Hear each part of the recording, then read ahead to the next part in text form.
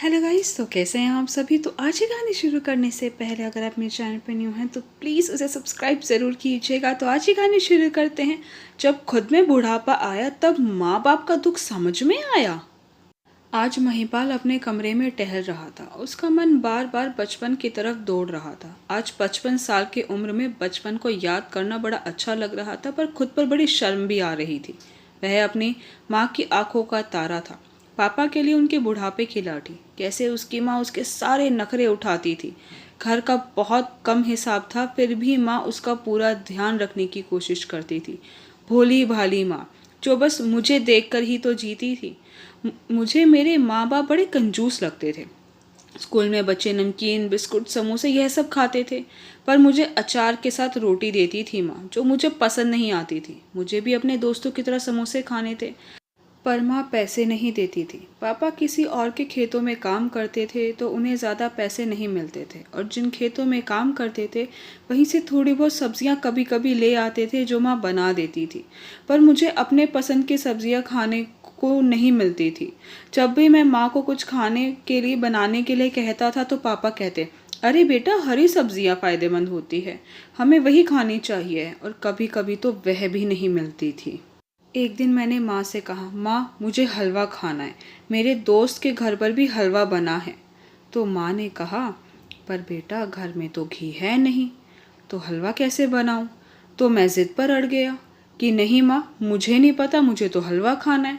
तो माँ ने घर के कोने कोने में ढूंढ ढांड कुछ पैसे जोड़े और बाज़ार से ज़रा सा घी लेकर आई और सिर्फ मेरे लिए हलवा बनाकर मुझे खिलाया।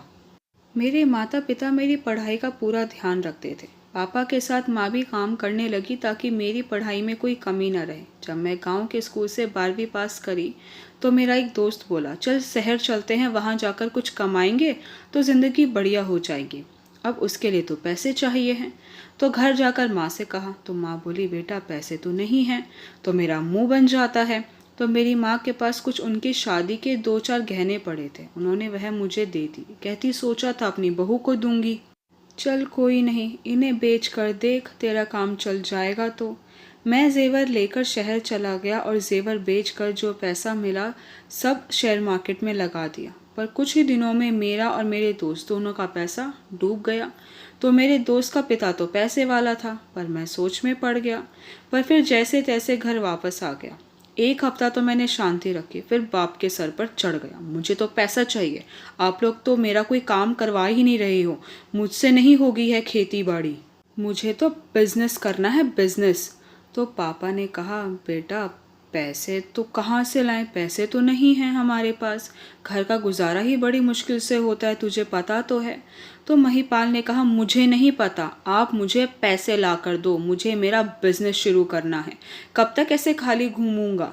मेरे दोस्त हैं, उनके पापा ने तो उनको पैसे दे भी दिया उनका खुद का बिजनेस करने के लिए। महिपाल के पापा के पास बस एक घर था जिसमें वह रहते थे, जो उनका खुद का था, जो पहले कभी महिपाल के पापा के दादा ने खरीदा था। अब उस घर को गिरवी रखने के अलावा उनके पास और कोई चारा नहीं था। उन्होंने अपने बेटे के लिए अपना घर तक गिरवी रख दिया, उसको पैसे दिए कि जा बेटा कर ले अपना बिजनेस। फिर वह बिजनेस करने के लिए शहर आ गया, एक छोटी सी रेडीमेड के कपड़ों की फैक्ट्री लगाता है, और इस बार उसकी किस्मत उसका साथ दे देती है और उसका काम चल पड़ता है। कुछ ही सालों में काफ़ी तरक्की कर जाता है, शहर में ही एक छोटा सा फ्लैट भी ले लेता है, पर माँ बाप को भूल अपने काम में मगन हो जाता है। उसके माँ या पापा कभी उसको फ़ोन करते तो कहता कि माँ तुम्हें तो पता ही है मेरे ऊपर कितना काम का बोझ है, अभी मेरे पास समय नहीं है तुमसे बात करने का, जब फ्री होऊंगा तब बात करूँगा। पर वह कभी अपने माँ बाप के पास फ़ोन नहीं करता था। महिपाल की किस्मत ने उसका साथ दिया, वह ऊंचाइयों को छूता चला गया। फिर उसने अपनी एक बड़ी फैक्ट्री बना ली, घर भी बड़ा ले लिया, और वहीं शहर की एक लड़की को पसंद कर उससे शादी भी कर लेता है। पर माँ बाप को कभी शहर नहीं बुलाता कि मम्मी पापा आप लोगों ने मेरे लिए इतना किया, तो अब आपके सुख भोगने का समय आ गया है, आप हमारे साथ आकर रहिए।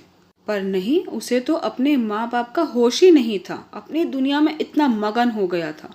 जब महिपाल को माँ के मरने की खबर मिली तब वह अपनी पत्नी के साथ घूमने गया हुआ था। उससे इतना भी नहीं हुआ कि वहीं के वहीं तुरंत गांव आ जाए, पर नहीं, उसने तो इस बात पर भी ध्यान नहीं दिया और ना वहां से आने के बाद पिता को ही संभाला। बस अपनी दुनिया में मगन। समय बीता, वह भी एक बेटे का पिता बन गया, पर अपने पिता का कुछ पता नहीं था। वो है नहीं है, कहाँ रह रहे हैं, किस हालात में रह रहे हैं। उन्होंने उसके लिए अपना घर भी गिरवी रख दिया था। महिपाल के सर पर तो सिर्फ एक ही धुन सवार थी कि जैसा मेरा बचपन गरीबी में बीता, मेरे बेटे का बचपन ऐसा नहीं होगा। मैं अपने बेटे को वह सारी सुख सुविधाएं, वह ऐशो आराम दूंगा जो मुझे नहीं मिल सका। मेरे बेटे को कभी किसी चीज़ की कमी नहीं होने दूंगा। उसने खूब पैसा कमाया, अपने बेटे को अच्छे से अच्छे स्कूल में पढ़ाया, उसे सीए बनाया। उसकी छोटी से छोटी, बड़ी से बड़ी ज़रूरत, हर जिद उसने पूरी करी। पर उसके बेटे ने भी महिपाल के साथ वही किया जो महिपाल ने अपने माता पिता के साथ किया था। महिपाल का बेटा विदेश में जाकर बस गया, वहीं की एक लड़की से शादी कर ली और वह भी महिपाल की तरह अपने माँ बाप को भूल गया। जब भी महिपाल या उसकी पत्नी अपने बेटे को फ़ोन करते तो वह भी यही कहता कि अभी मैं बिज़ी हूँ, बाद में फ़ोन करूँगा। जब महिपाल की पत्नी का देहांत हुआ तब भी उनका बेटा उनसे मिलने या अपने पापा को संभालने नहीं आया जैसे कि महिपाल ने किया था। पत्नी के जाने के बाद महिपाल काफ़ी अकेला हो गया था। बड़ा घर था, खूब धन संपत्ति भी थी, पर फिर भी अकेलापन महसूस होता था। अब उसे अपने आप से नफरत हो गई थी। इस धन संपत्ति को देख देख कर बार बार रोना आता था। अब उसे अपने माँ बाप की बड़ी याद आ रही थी, उनका त्याग महसूस कर पा रहा था। अब उसे अपना पश्चाताप करना था, तो उसने अपने पिता के बारे में पता करवाया।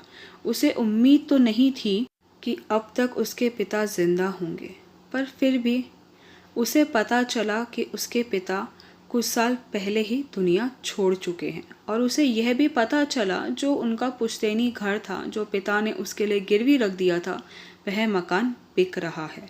तो वह मौका देकर उस मकान को खरीद लेता है और उसकी मरम्मत करवाकर उसे वृद्धा आश्रम बना देता है और खुद भी वहीं रहने लग जाता है, यह सोचकर कि उसे ऐसा लगेगा कि वह अपने माता पिता के साथ रह रहा है, उनकी सेवा कर रहा है। वह वृद्धा आश्रम के आसपास कुछ खेत भी खरीद देता है, जहाँ से रोज़ वहाँ के लोगों के लिए ताज़ी ताज़ी सब्जियाँ आएँ खाने के लिए। गांव में एक शुगर मिल लगवा देता है ताकि गांव के बच्चों को नौकरी के लिए शहर ना भागना पड़े और माँ बाप को अपने बच्चों के लिए तड़पना ना पड़े। जब से वह उस वृद्धा आश्रम में रहने लगा था तब से उसके मन को थोड़ी बहुत शांति मिल गई थी। आई होप गाइस कि आपको मेरी वीडियो पसंद आई। आपको मेरी वीडियो पसंद आई है तो प्लीज़ उसे लाइक ज़रूर कीजिएगा, शेयर कीजिएगा, मुझे कमेंट करके ज़रूर बताइएगा कि आपको मेरी वीडियो कैसी लगी। अगर आपने अभी तक मेरे चैनल को सब्सक्राइब नहीं किया तो प्लीज़ उसे सब्सक्राइब ज़रूर कीजिएगा। Thank you so much guys मेरी वीडियो देखने के लिए।